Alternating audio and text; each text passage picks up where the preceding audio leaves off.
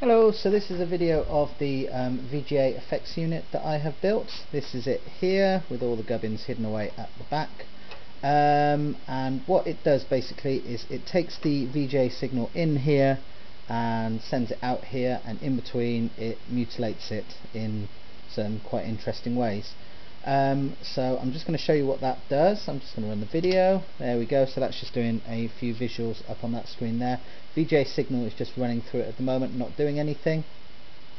The switches at the top allow you to switch on the red, green and blue channels, so you can switch those off rather. So that's without the red, that one there is without the green, and that one there is without the blue.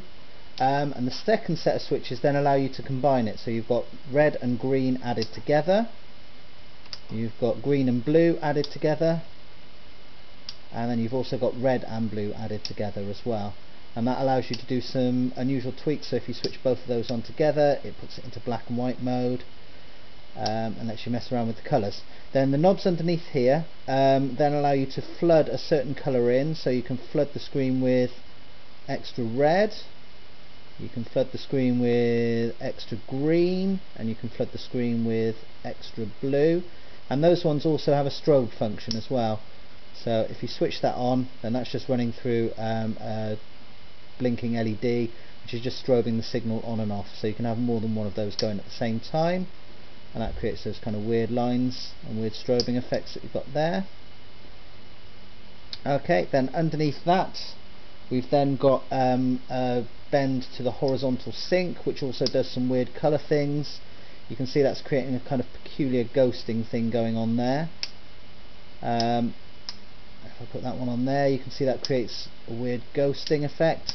And also this button down here temporarily switches off the ground signal, which creates a kind of peculiar fuzziness.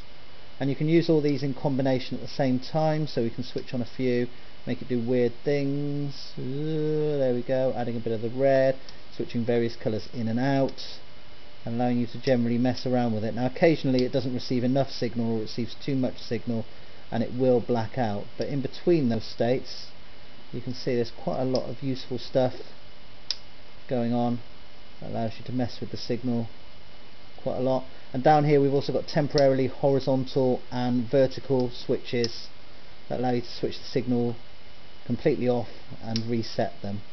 I'm just going to take that back to its zero state. There we go. Bring that back. Send those ones back in again. There we go, and that's the original signal. So the way that that works is, what I found out was there are only really 6 channels that do anything of interest in VGA. And so I started with a prototype like this. What I then did was took those 6 channels and brought them to a breadboard. So the 6 channels are the red, green and blue pins on here, which is pins 1, 2 and 3. The horizontal and vertical sync, which is pins 14 and 15, and pin 10, which is the ground. And then basically I just plugged things in until I got some interesting effects. And after that I then hardwired those into this box, and the only bit I haven't done on that at the moment is cut out the D-shaped holes for the effects. So that gives you a nice effects unit, which then allows you to mix up and destroy the video in real time, do some weird sort of desynchronization stuff if you want to as well, which allows you to do all kinds of flickering and things like that. So it's not the most elegant of effects, and it does occasionally completely mess up video entirely, but on the other hand you can get some interesting effects out of it as well.